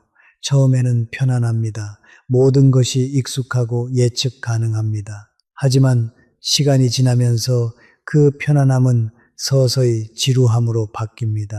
매일 같은 이야기, 매일 같은 반응, 매일 같은 생각, 그것은 누구의 잘못도 아닙니다. 성장이 멈춘 자리에서는 관계도 함께 멈추기 때문입니다. 그래서 저는 감히 말씀드립니다. 사랑을 지키는 가장 확실한 길은 내가 계속 잘하는 것입니다. 여기서 오해는 하지 마십시오. 저는 지금 거창한 성취를 말하는 것이 아닙니다. 새 자격증을 따야 한다거나 대단한 일을 해내야 한다는 것이 아닙니다.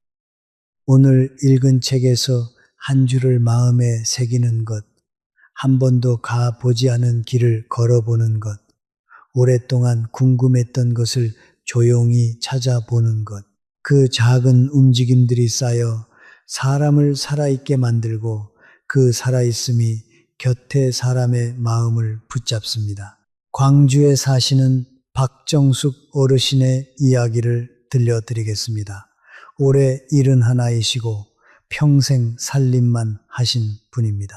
이분이 69에 처음으로 글자를 제대로 배우기 시작하셨습니다. 어린 시절 가난해서 학교 문턱도 못 밟아 보셨다고 합니다. 손주에게 편지 한 장 써주고 싶어서 그 연세에 연필을 잡으셨습니다. 처음에는 손이 떨려 글씨가 삐뚤빼뚤했습니다. 그런데 1년이 지나자 또박또박 손주에게 편지를 쓰게 되셨습니다. 그 편지를 받은 손주가 펑펑 울었다고 합니다. 그리고 남편분이 이렇게 말했답니다. 내가 평생 함께 산 사람인데 임자가 이렇게 멋진 사람인 줄 몰랐어. 보십시오. 70이 넘은 나이에도 배움은 사람을 다시 빛나게 합니다. 그리고 그 빛은 남편의 사랑과 손주의 존경을 동시에 불러옵니다. 우리 가족 앞에서 당당하게 글을 읽고 편지를 쓰는 할머니, 그보다 더 큰 품격이 어디 있겠습니까? 이것이 바로 체면이 아니라 진짜 존엄입니다. 고려대학교 병원의 한 연구에 따르면 나이가 들어서도 꾸준히 새로운 것을 배운 사람은 그렇지 않은 사람보다 인지기능 저하 속도가 훨씬 느렸다고 합니다. 거의 2배 가까이 차이가 났습니다. 배움은 사랑만 지키는 것이 아니라 우리의 머리와 기억까지 지킵니다. 손주와 더 오래 이야기 나누고 싶으시다면, 자식에게 짐이 되고 싶지 않으시다면 오늘 무언가 하나를 새로 배우십시오. 그것이 우리 자신을 지키는 가장 확실한 길입니다. 여기서 우리가 꼭 기억해야 할 한 가지가 있습니다. 존경심은 사랑의 뿌리라는 것입니다. 처음 만났을 때의 설렘은 시간이 지나면 자연스럽게 옅어집니다. 하지만 존경심은 다릅니다. 존경심은 시간이 지날수록 오히려 깊어집니다. 그리고 존경심이 있는 곳에 사랑은 뿌리를 내립니다. 남자가 한 여자를 평생 사랑한다는 것은 결국 그 여자를 평생 존경한다는 것과 같은 말입니다. 어제보다 조금 더 깊어지려는 사람 앞에서 사람은 자연스럽게 고개를 숙이게 됩니다. 지금 몇 살이시든 상관없습니다. 50이시든 60이시든 이른이시든 성장은 나이의 허락을 구하지 않습니다. 오늘 이 이야기를 끝까지 듣고 계신 것도 어쩌면 여러분 안에 아직 꺼지지 않은 그 눈빛이 살아있다는 증거일지 모릅니다. 그 눈빛을 지켜주십시오. 그것이 여러분을 평생 사랑받는 사람으로 만드는 가장 강력한 이유입니다. 여기서 한 분의 이야기를 더 들려드리고 싶습니다. 제주에 사시는 백종현 어르신입니다. 올해 78이시고 평생 사업을 하다 은퇴하셨습니다. 한평생 숫자와 계약서만 보고 살아온 분입니다. 그런데 75세 난생 처음 붓을 잡으셨습니다. 손주가 쓰던 물감을 우연히 만지작거리다 바다를 한번 그려보고 싶어졌다고 합니다. 처음 그린 그림은 아이 낙서만도 못했다고 합니다. 하지만 이분은 멈추지 않았습니다. 3년이 지난 지금 백종현 어르신의 집 거실에는 직접 그린 제주 바다 그림이 가득합니다. 그런데 더 놀라운 변화는 따로 있었습니다.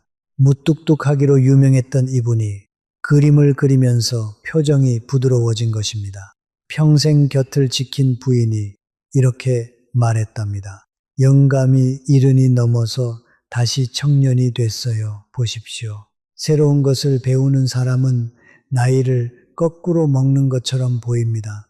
그 생기가 곁에 사람을 다시 설레게 합니다. 여기서 우리가 꼭 새겨야 할 것이 있습니다. 존경심은 사랑의 뿌리라는 사실입니다. 처음 만났을 때의 두근거림은 세월이 지나면 자연스럽게 옅어집니다. 그것은 누구의 잘못도 아닙니다. 하지만 존경심은 다릅니다. 존경심은 세월이 지날수록 오히려 깊어집니다. 이른에도 새로운 것에 도전하는 사람, 모르는 것을 부끄러워하지 않고 배우는 사람, 그런 사람 앞에서 곁의 사람은 자연스럽게 고개를 숙이게 됩니다. 그 고개 숙임이 바로 깊은 사랑의 다른 이름입니다. 성장은 자식과의 관계도 바꿉니다. 늘 배우는 부모를 둔 자식은 부모를 그저 나이 들어가는 사람으로 보지 않습니다. 여전히 살아 움직이는 사람으로 봅니다. 어머니가 새로 배운 노래를 들려줄 때, 아버지가 새로 그린 그림을 보여줄 때 자식들의 눈에는 존경이 어립니다. 우리 부모님이 아직도 저렇게 빛나시는구나. 그 존경이 가족의 정을 더욱 단단하게 묶습니다. 배움을 멈추지 않는 부모는 자식에게 가장 든든한 자랑이 됩니다. 또 한 가지, 배움은 우리 자신을 지키는 일이기도 합니다. 끊임없이 머리를 쓰는 사람은 기억력이 더 오래 보존된다는 연구가 많습니다. 새로운 것을 배울 때마다 우리 뇌에는 새로운 길이 만들어집니다.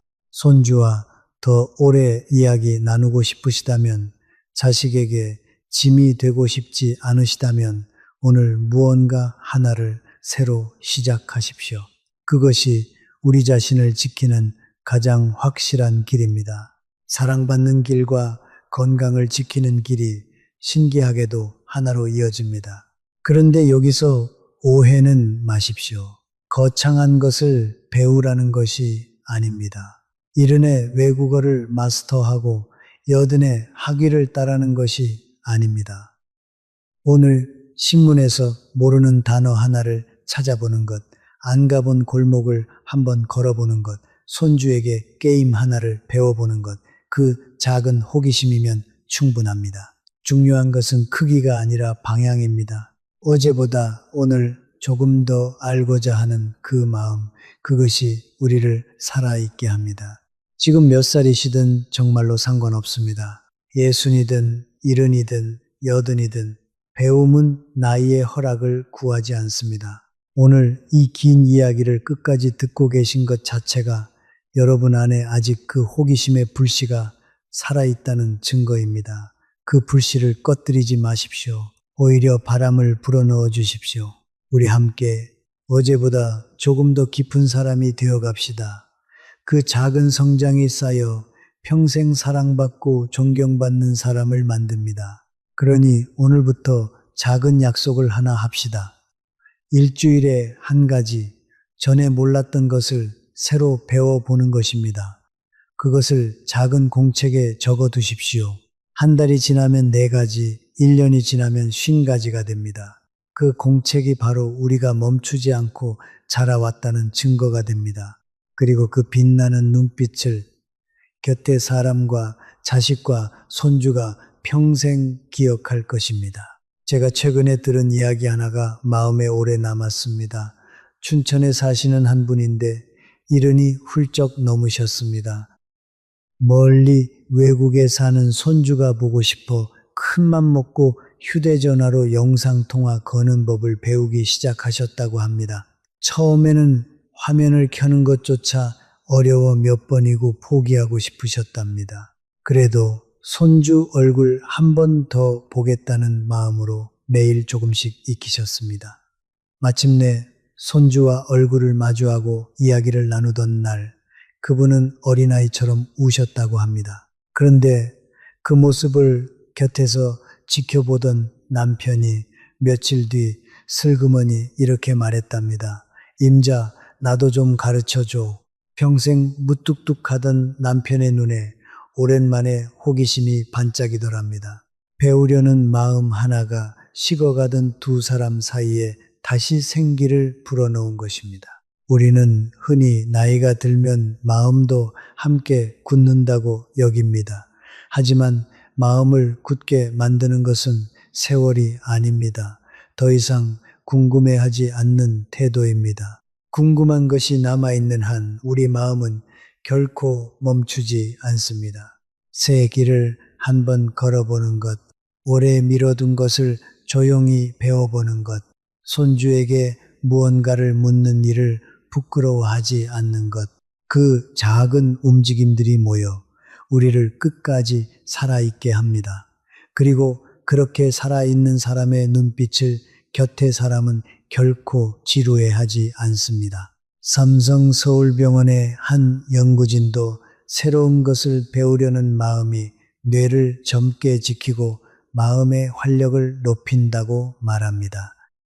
그러니 우리 오늘 단 한 가지라도 새롭게 배워봅시다.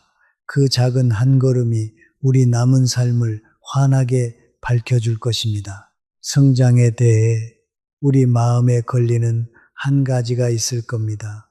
이 나이에 무슨 성장이냐, 이제 와서 무엇을 새로 배우겠느냐 하는 마음입니다. 하지만 제가 105해를 살며 분명히 본 것이 있습니다. 배움에는 정해진 나이가 없다는 것입니다. 오히려 세월이 쌓인 사람의 배움은 젊은 날의 배움보다 훨씬 깊고 단단합니다. 살아온 삶 전체가 그 배움을 받쳐주기 때문입니다. 광주에 사시던 한 분이 떠오릅니다. 평생 글을 모르고 사셨던 분입니다. 69이 되어서야 처음으로 한글을 배우기 시작하셨지요.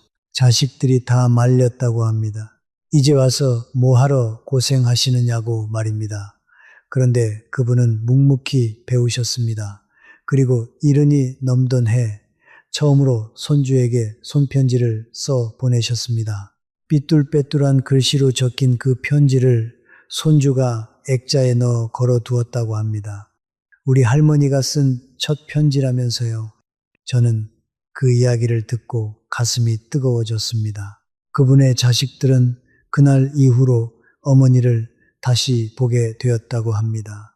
그저 나이 들어가는 어머니가 아니라 여전히 자라고 있는 한 사람으로 말입니다. 바로 그 마음이 존경입니다. 그리고 존경은 사랑의 가장 깊은 뿌리입니다. 처음의 설렘은 세월이 가면 옅어집니다. 그러나 존경은 세월이 갈수록 오히려 깊어집니다. 우리가 어제보다 한 둠이라도 잘하려 애쓸 때 곁의 사람은 우리에게 고개를 숙이게 됩니다. 그 고개 숙임 속에서 사랑은 다시 태어납니다. 나이가 들어도 멈추지 않는 성장, 그것이 평생 사랑받는 사람의 5번째 비밀입니다. 자, 이제 오늘 나눈 이야기를 모두 함께 정리해 보겠습니다. 5가지만 기억하시면 됩니다. 첫째, 말을 잘하는 것보다 진심으로 들어주는 것입니다. 부산의 김순자 어르신처럼 끝까지 들어주는 그 침묵이 어떤 말보다 깊은 사랑이 됩니다. 둘째, 자기 자신을 잃지 않는 것입니다. 대구의 이영희 어르신처럼 자기만의 세계를 지킨 사람이 평생의 설렘으로 남습니다. 셋째, 작은 것에도 감사할 줄 아는 것입니다. 수원의 윤재호 어르신의 부인처럼 10년 전 일도 기억하고 고마워하는 마음이 사람을 살아있게 만듭니다. 넷째, 쉽게 흔들리지 않는 것입니다. 전주의 윤정희 어르신처럼 폭풍 속에서도 뿌리가 뽑히지 않는 단단함이 곁에 사람을 안심시킵니다. 그리고 5째, 나이가 들어도 성장을 멈추지 않는 것입니다. 광주의 박정숙 어르신처럼 이른에도 배우는 사람의 눈빛은 어떤 젊음보다 빛납니다. 이 5가지를 다시 돌아보면 하나의 공통된 흐름이 보이실 겁니다. 이것들은 모두 바깥을 향한 것이 아닙니다. 모두 안을 향한 것입니다. 남자의 마음을 얻기 위한 기술이 아니라 자기 자신을 깊이 완성해 나가는 삶의 방식입니다. 저는 젊은 시절 사랑이란 상대를 향해 달려가는 것이라고 생각했습니다. 더 많이 주고 더 많이 표현하고 더 많이 맞춰주는 것이 사랑인 줄 알았습니다. 하지만 100년을 살고 나서 저는 조용히 생각을 바꾸었습니다. 진정한 사랑은 달려가는 것이 아니라 깊어지는 것입니다. 상대를 향해 뻗어나가는 것이 아니라 먼저 자기 자신 안으로 깊이 뿌리를 내리는 것입니다. 뿌리가 깊은 나무만이 오랜 세월의 바람을 견딥니다. 뿌리가 깊은 사람만이 오랜 세월의 관계를 품을 수 있습니다. 그러니 우리가 해야 할 일은 분명합니다. 누군가의 사랑을 구걸하는 것이 아니라 사랑받을 만한 사람으로 우리 자신을 가꾸는 것입니다. 많은 분들이 제게 묻습니다. 나이가 들면 사랑도 끝나는 것 아니냐고요. 젊음이 가면 매력도 사라지는 것 아니냐고요. 저는 단호하게 말씀드릴 수 있습니다. 아닙니다. 젊음은 가지만 품격은 남습니다. 아름다움은 바래지만 깊이는 남습니다. 열정은 식지만 존경심은 남습니다. 그리고 그 남겨진 것들 위에서 가장 조용하고 가장 단단한 사랑이 자랍니다. 저는 그것을 두 눈으로 직접 보았습니다. 이른이 넘어 서로의 손을 잡고 말없이 앉아있는 부부의 눈빛 속에서 세상에서 가장 완성된 사랑을 보았습니다. 지금 이 순간 여러분이 어떤 자리에 계시든 저는 이 말씀을 꼭 드리고 싶습니다. 여러분은 충분합니다. 지금의 여러분은 오늘까지 살아온 모든 날들이 쌓여 만들어진 사람입니다. 그 세월 속에는 넘어진 날도 있었고 운 날도 있었고 혼자였던 날도 있었을 것입니다. 하지만 그 모든 날들이 오늘의 여러분을 만들었습니다. 그리고 그 오늘의 여러분 안에는 제가 말씀드린 5가지 씨앗이 이미 심겨 있습니다. 그것을 가꾸는 일은 이제 우리 각자의 몫입니다. 오늘 이 긴 이야기를 끝까지 들어주신 여러분께 진심으로 감사드립니다. 끝까지 듣는다는 것, 그것 자체가 바로 오늘 제가 말씀드린 첫 번째 특징 아니겠습니까? 여러분은 이미 그 자리에 와 계십니다. 혹시 오늘 이 이야기가 마음에 닿으셨다면 잠시 멈추어 좋아요와 구독을 눌러주시면 고맙겠습니다. 우리 같은 이야기를 더 많은 어르신들과 나누고 싶기 때문입니다. 그리고 곁에 계신 가족, 오랜 친구분께도 이 이야기를 전해주십시오. 우리 모두 함께 더 깊은 사람이 되어갈 수 있습니다. 한 가지 더 우리 가슴에 깊이 새겨둘 이야기가 있습니다. 우리가 어떻게 살아가는가는 결코 우리 한 사람으로 끝나지 않는다는 것입니다. 잘 들어주고 자기를 지키고 작은 것에 감사하고 흔들리지 않고 끝까지 성장하는 그 모습을 가장 가까이서 지켜보는 이들이 있습니다. 바로 우리 자식들이고 우리 손주들입니다. 우리가 곁에 사람을 귀하게 대하는 모습을 보고 자란 자식은 훗날 자신의 짝도 그렇게 귀하게 대합니다. 우리가 나이가 들어서도 무언가를 배우는 모습을 보고 자란 손주는 삶이란 끝까지 자라는 것임을 말없이 배웁니다. 우리가 사는 모습이 곧 가장 깊은 가르침이 되는 것입니다. 저는 이것이야말로 진짜 효의 뿌리라고 생각합니다. 효란 자식이 부모에게 잘하는 것만을 뜻하지 않습니다. 부모가 먼저 잘 살아내어 자식이 마음 깊이 존경할 수 있는 사람이 되어주는 것, 그것이 효의 진짜 시작입니다. 우리가 오늘 조금 더 다정하게 듣고 조금 더 단단하게 서고 조금 더 따뜻하게 감사할 때 그 모습은 우리 대에서 멈추지 않고 자식에게로 또 손주에게로 조용히 흘러갑니다. 그러니 오늘 우리가 우리 자신을 가꾸는 일은 결코 우리만을 위한 일이 아닙니다. 그것은 우리가 사랑하는 이들에게 물려줄 수 있는 가장 값진 유산입니다. 돈도 집도 아닌 살아가는 태도라는 유산 말입니다. 그 유산은 세월이 지나도 닳지 않고 오히려 대를 이어갈수록 더 빛납니다. 이쯤에서 우리 잠시 숨을 고르고 지금까지 함께 걸어온 길을 천천히 돌아봅시다. 우리는 5개의 고개를 넘어왔습니다. 진심으로 들어주는 힘, 자신을 잃지 않는 단단함, 작은 것에도 감사할 줄 아는 마음, 쉽게 흔들리지 않는 안정감, 그리고 나이가 들어도 멈추지 않는 성장, 이 5가지를 가만히 들여다보면 한 가지 공통점이 보입니다. 이것들은 모두 바깥을 향한 것이 아니라는 점입니다. 누군가의 마음을 얻기 위한 기술이 아니라 우리 자신을 깊이 완성해가는 삶의 태도입니다. 젊은 날 우리는 사랑이란 상대를 향해 달려가는 것이라 믿었습니다. 더 많이 주고 더 많이 맞추고 더 많이 표현하는 것이 사랑인 줄 알았습니다. 그러나 긴 세월을 지나고 보니 진짜 사랑은 달려가는 것이 아니라 깊어지는 것이었습니다. 상대를 향해 뻗어나가기 전에 먼저 우리 자신 안으로 깊이 뿌리를 내리는 일이었습니다.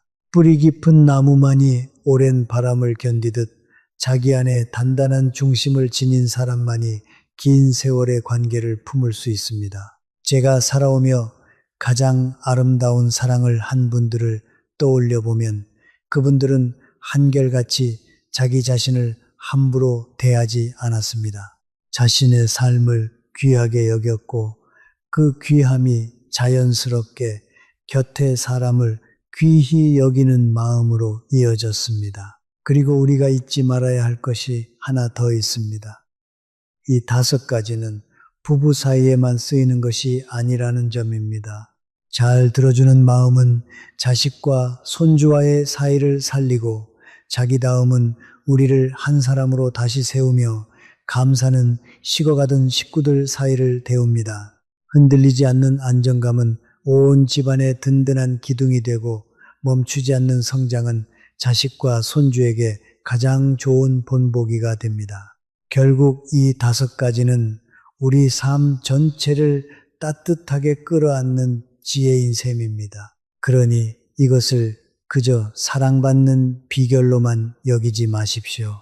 이것은 우리가 남은 삶을 어떻게 살아갈 것인가에 대한 조용한 답입니다. 이 긴 이야기를 마무리하며 여러분께 꼭 드리고 싶은 말이 있습니다. 여러분은 충분합니다. 지금의 여러분은 오늘까지 살아온 수많은 날들이 차곡차곡 쌓여 만들어진 사람입니다. 그 세월 속에는 넘어진 날도 있었고 남몰래 운 날도 있었고 외롭게 홀로 견딘 날도 있었을 것입니다. 하지만 그 모든 날들이 결코 헛되지 않았습니다. 그 하루하루가 모여 지금의 단단하고 깊은 여러분을 빚어냈습니다. 그러니 부디 스스로를 작게 여기지 마십시오. 누구와 견주어 모자라다 여기지도 마십시오. 오늘 제가 말씀드린 5가지는 어딘가 멀리 있는 대단한 사람의 이야기가 아닙니다. 바로 지금 이 이야기를 끝까지 들어주신 여러분 안에 이미 그 5가지 씨앗이 심겨 있습니다. 그것을 알아보고 정성껏 가꾸는 일만 남았습니다. 우리 함께 오늘부터 그 씨앗을 하나씩 틔워 갑시다. 서두르지 않아도 됩니다. 조금씩 그러나 꾸준히 가면 됩니다. 그렇게 가다 보면 어느 날 거울 속에 자신을 바라보며 잔잔히 미소 짓는 날이 반드시 올 것입니다. 삶은 요란한 축제가 아닙니다. 삶은 조용한 이어짐입니다. 오늘 하루도 그 조용한 이어짐 속에서 여러분이 여러분 자신에게 가장 다정한 사람이 되어 주시기를 바랍니다. 그것이 100년을 넘게 살아온 제가 드릴 수 있는 가장 진심 어린 말입니다. 남자가 평생 잊지 못하는 여자는 따로 있습니다. 하지만 그 사람은 특별한 사람이 아닙니다. 자기 자신을 잃지 않고 조용히 그러나 단단하게 살아온 사람입니다. 그 눈빛이 바로 지금 여러분 안에 있습니다. 여러분의 남은 삶을, 그 빛나는 모든 날들을 진심으로 응원합니다.